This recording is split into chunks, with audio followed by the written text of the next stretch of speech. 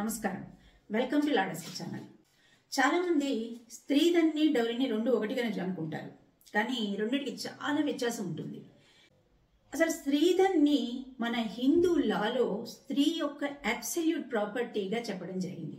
అంటే స్త్రీ యొక్క సంపూర్ణమైనటువంటి హక్కుగా దాన్ని వర్ణిస్తారు. అంటే ఆమె దాన్ని అమ్ముకోవడానికి కూడా ఆమెకు సర్వాధికారాలు ఉంటాయన్నమాట. అయితే అసలు స్త్రీధన్ అంటే ఏంటో తెలియాలి. ముందు స్త్రీ అంటే ఏంటి? విమెన్. ధన్ అంటే ప్రాపర్టీ. అంటే స్త్రీధన్ అనేది ఆడవారికి మ్యారేజ్ టైంలో కానీ, మ్యారేజ్కి ముందు కానీ, లేదా తర్వాత కానీ, ఆమెకు పిల్లలు పుట్టినప్పుడు కానీ వాలంటరీగా ఇచ్చేటువంటి గిఫ్ట్స్ అన్నమాట. అవన్నీ స్త్రీధన్ కిందికి వస్తాయి. ఇది మూవబుల్ ప్రాపర్టీ అవ్వచ్చు, ఇమూవబుల్ ప్రాపర్టీ అవ్వచ్చు. అంటే అది క్యాష్ గా ఉండొచ్చు, ఆర్నమెంట్స్ గా ఉండొచ్చు, గోల్డ్ అవ్వచ్చు, సిల్వర్ అవ్వచ్చు, డిపాజిట్స్ అవ్వచ్చు, ఇన్వెస్ట్మెంట్స్ అవ్వచ్చు, ఏవైనా కావచ్చు అన్నమాట.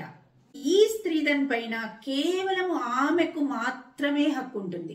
వీటిపైన ఎవరి కంట్రోలు పనికిరాదు.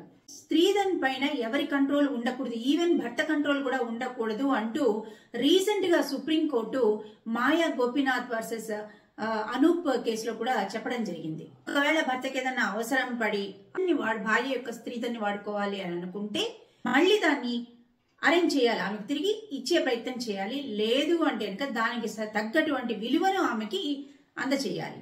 ఒకవేళ మ్యారేజ్ బ్రేక్ అయిందనుకోండి, మ్యారేజ్ బ్రేక్ అయినా కూడా ఇది ఆమె హక్కు కాబట్టి ఆమెకు తిరిగి ఇచ్చేయాలి. ఒకవేళ అలా జరగకపోయినట్లయితే దాన్ని ఎవరైతే అడ్డుకుంటారో వాళ్ళకి 3 సంవత్సరాల జైలు శిక్ష తప్పదు. ఇక డౌరీ విషయానికి వద్దాం. పెళ్లి టైంలో ఒక పార్టీ వేరొక పార్టీని సాటిస్ఫై చేయడానికి ఇచ్చేది అనమాట. ఇది వాలంటరీగా ఇచ్చేది కాదు, ప్రెషర్ తోటి కంపల్సరీగా ఇవ్వాలి అని ఒక ప్రెషర్ తోటి ఇచ్చేది అనమాట. ఇది కూడా ఆస్తిగా కావచ్చు, ఆ ఆస్తి మూవబుల్ అవ్వచ్చు, ఇమ్మూవబుల్ అవ్వచ్చు, ఇతరత్ర ఏదైనా వాల్యుబుల్స్ కావచ్చు. ఇలాంటివి ఇవ్వటం కానీ పెళ్లి టైంలో, లేదా ఇస్తామని హామీ ఇవ్వటం కానీ చేసిన తర్వాత ఇస్తే కనుక అది పెళ్లి కోసరంగా ఇచ్చినట్లయితే దాన్ని డౌరీ అంటారు. ఇది వాలంటరీగా ఇచ్చేది కాదు కాబట్టి స్త్రీధన్ కాదు. ఇది ఇల్లీగల్ అనమాట. దీని ముఖ్య ఉద్దేశము పెళ్లి చేసుకున్నందుకు గాను ఇస్తున్నది, పెళ్లి కోసరంగా ఇస్తున్నది కాబట్టి, ఒక పార్టీని సాటిస్ఫై చేయడానికి ఇస్తున్నది కాబట్టి ఇది బలవంతంగా జరిగేటువంటి ప్రాసెస్.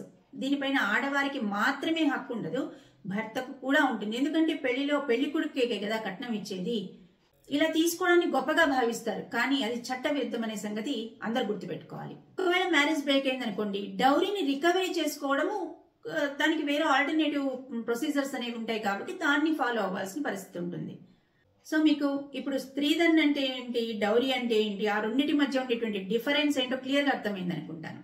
ఈ వీడియో కనుక మీకు నచ్చినట్లయితే లైక్ చేయండి, షేర్ చేయండి. మరిన్ని ఇన్ఫర్మేటివ్ వీడియోస్ కోసం సబ్స్క్రైబ్ చేయండి, పక్కన బెల్ ఐకాన్ని ప్రెస్ చేయండి. ఈరోజు మంచి మాట. మన జీవితంలో ఒక దారి మూసుకుపోయినప్పుడు తప్పకుండా మరో దారి తెరిచి ఉంటుంది. తెరిచిన దారిని గుర్తించగలగడమే విజయానికి మార్గం.